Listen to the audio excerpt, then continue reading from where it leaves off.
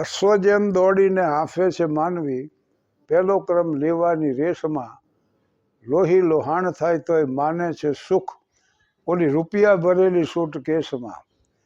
સોનાની લાઈમય શાંતિના શ્વાસ બધા ગીરવે મુકાય એનું કાંઈ નહીં. વસ્તુ ખોવાય એની થાય અહીં વેદના ને વર્ષો ખોવાય એનું કાંઈ નહીં. અનંત આ દોડનો અંત જ આવે નહીં, અને જીવનનો અંત આવે એનું કાંઈ નહીં. કબહુ મન રંગત રંગ ચડે, કબહુ મન સોચત હે ધન કો, કબહુ મન માનોની દેખી ચલે. યુવક હોય ને એમાં કોઈ સુંદર યુવતીને જોઈ જાય ને એ વળી સુંદર યુવતી જોઈ ને અરે વાત કરે, એમાં વળી હસીને વાત કરે એટલે પતી ગયો જુવાનને ખલાસ. એ તો ગદબ વાંહે બકરી હાલી જાય ને, ચાહટિયા વાંહે બળદ હાલ્યો જાય ને, ખાણ હોય ને કપાસિયાનું એની વાંહે ભેંસ હાલી જાય હાલ્યા જાય. બસ કોકના સામાન મંડે ઉપાડવાનું, કોકના છોકરા મંડે રમાડવાનું, અને એક દિવસમાં તો એનું જગત રંગીન થઈ જાય. मैं तेरा राग तुम मेरी रागनी, मैं तेरा चांद तुम मेरी चांदनी.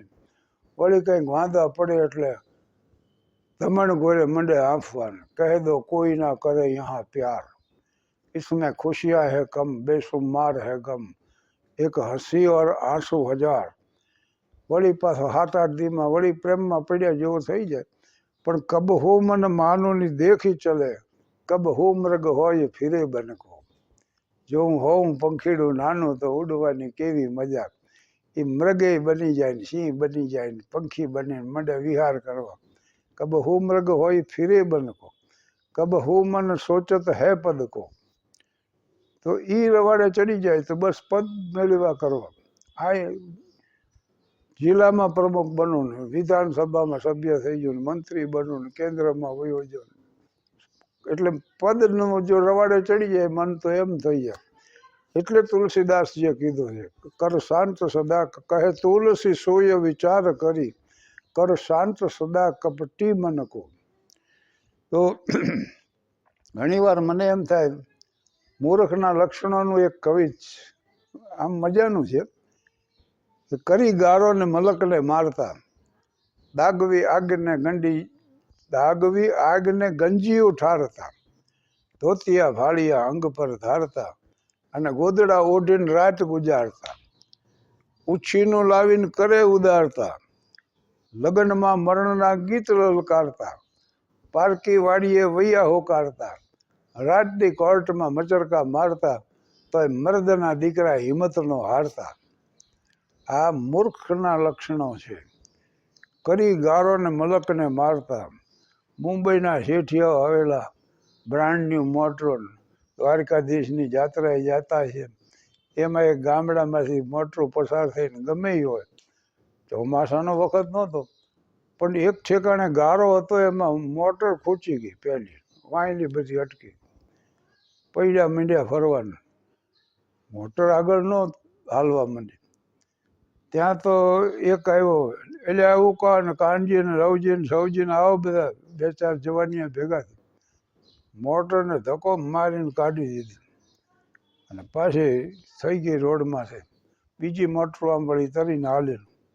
પણ શેઠિયાઓ ખુશ થયા કે હજી ગામડામાં છે માનવતા જેવું. આ લોકોને 100 રૂપિયા આપ્યા કે તમે મદદ કરી, અને આ કાર્ડ કોક દી મુંબઈ આવવાનું થાય તો આવજો. પણ પછી પૂછ્યું શેઠિયાએ કે તમે લોકો કરો છો શું? તો કે બસ આ ગારો કરી છે. મારે એક ભાઈ પાણી લઈ આવે, બીજો ગારો કરે, એક જણો ઉપરથી ધ્યાન રાખે કે મોટરો આવે છે કે નહીં. હાન પડે 2-3 મોટરો ખૂંચાડી દે છે તો અમારા જોગું મળી રહે છે, અમારે કોઈ મુંબઈ આવવાની જરૂર નથી. તો કરી ગારો ને મલકને મારતા, દાગવી આગને ગંજી ઉઠાડતા. ઈની પાછા હળગાવે ને પાછા એ ઓલવવા દોડ. ધોતિયા ફાળિયા અંગ પર ધારતા, ગોદડા ઓઢીને રાત ગુજારતા. એક જ ગોદડું હોય તો ઓઢીને બેઠા હોય. પારકી વાડીએ વૈયા હોકારતા, અને ઉછીનું લાવીને કરે ઉદારતા. વ્યાજે લાવીને ઉછી ના આપે. લગ્નમાં મરણના ગીત લલકારતા, અને રાજની કોર્ટમાં મચરકા મારતા, તો મર્દના દીકરા હિંમતનો હારતા. આ મૂર્ખના લક્ષણ છે. ગીતાજીમાં છે ને તામસ પ્રકૃતિના લક્ષણો ગણાવ્યા. અયુક્ત, પ્રાકૃત, સ્તબ્ધ, શઠ, નૈષ્કૃતિક, અલસ, વિષાદી, દીર્ઘસૂત્રી ચ કર્તા તામસ ઉચ્યતે. આમ છે તામસ પ્રકૃતિના લક્ષણો, પણ મોટે ભાગે એ મૂર્ખના લક્ષણો છે. એટલે હવે પછી જ્યારે સિટિંગ આવે એમાં હું આ વિચારો વ્યક્ત કરવાનો પ્રયાસ કરીશ. આભાર, ધન્યવાદ.